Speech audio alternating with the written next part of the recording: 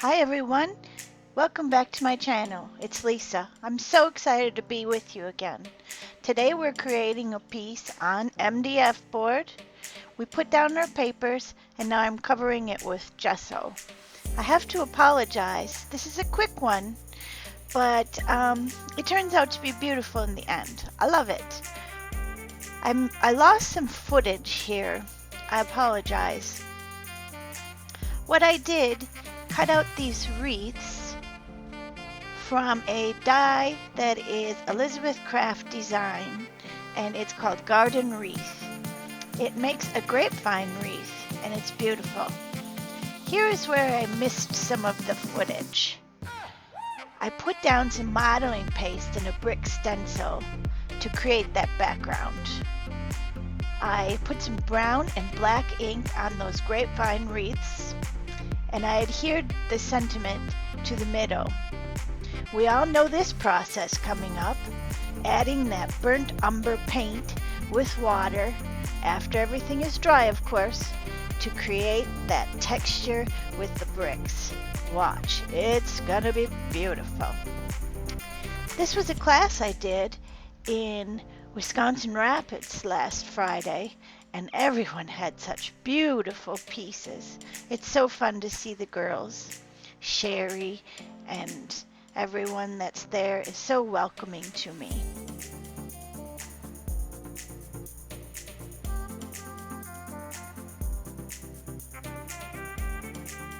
Here I'm kind of removing a little bit of that tissue paper from the edges. Look at that brick background put on with modeling paste. I'm sorry I lost that little bit of footage there. Not sure what happened. More water. And let it run. Now we gotta let it dry, of course. Here we are, we're all dry. And now we're going to use some maroon paint and we're going to just dry brush it over the brick, adding some more layers of texture. Look at that great color. Of course, I'll leave all the supplies listed below in this description for you. Just real light. Light is the key. And you see how I'm taking most of the paint off of that brush and I'm just dry brushing it onto the brick there. Some liked it dark, some liked it light. It's all up to you. This is your piece. I'm giving one of these pieces to my nephew for his wedding. I hope you'll like it.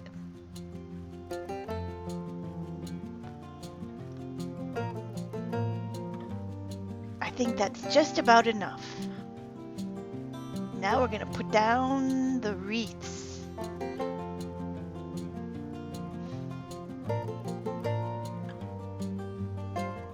I think that's a good spot.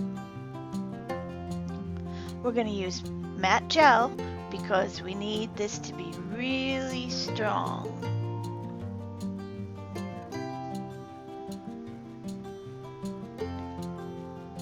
Just adding some matte gel to the back, adhering it to the front of my piece, and then I'm going to go over it again with more matte gel, making sure it's very secure and stuck down. It's going to dry clear, so don't be afraid.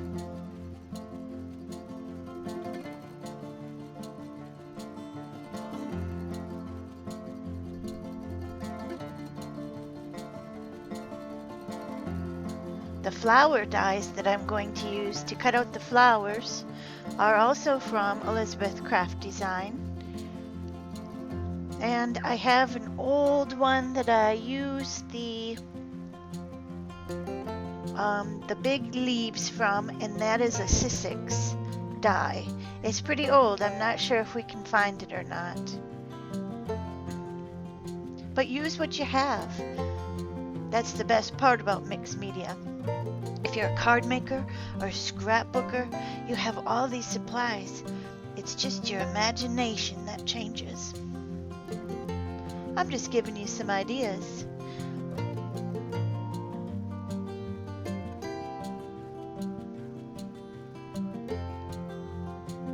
There, that looks good. I don't think it's going anywhere. Here's the flowers. I cut them out. I'm going to add a little brown ink to the edges so they're not so bright. Just using a finger dauber there and my potting soil archival ink. You could just use distress ink or whatever you had. It'll work perfect. I'm going to put the flowers together with the brads, and this is a real easy set. It's called Cinch flowers.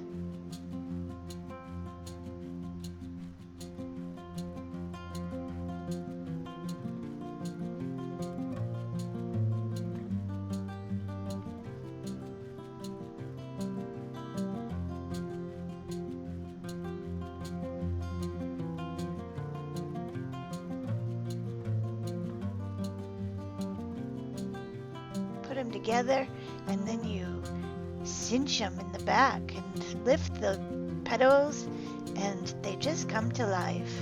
How cool, huh? I've had this die for a really long time, so I was happy to use it, and I was happy to use it in class, so everyone else got to play with it too. Let's Create is a fun place to have classes in Wisconsin Rapids.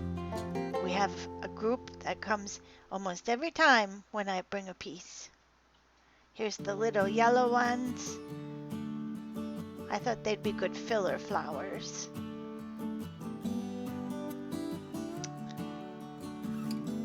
I'm just going to adhere them with some sticky dots. I want the edges to be able to curl up. Glue dots is what we have. And there is my craft knife I use. Put those together.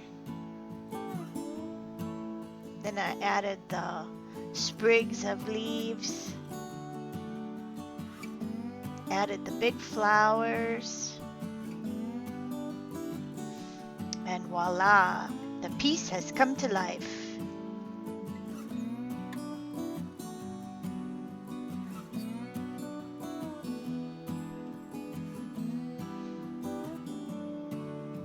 Nice. Now some finishing details and we'll be all set. Here's some spray that I had in my stash, and it's a shimmer spray. I'll leave it below, of course, in the description, so if you want to purchase something. It just makes a real great all-over shimmer on those flowers and leaves. Now I'm looking around for my watercolor pencil. I think this works the best, the watercolor pencil with a brush and a little bit of water. You can get into the edges a little bit easier that way. We tried charcoal pencil in class because I don't have a lot of the watercolor pencils yet, but it's something that I will add to my stash. I just put the watercolor pencil down and move it around with the water, and it creates that beautiful dark shadow. I also put it in some of the edges here of the brick. Really, really fun. Now, let's do that black edge. Something to cut off there. There, I just love that black edge. It just finishes the piece. Puts a border around. I hope you liked this project. It's a little bit different, using some different tools and techniques. Have a great week, and we'll be back again next Tuesday, and I'll have a little announcement for you. It's pretty exciting news, so stay tuned. Thanks again for watching.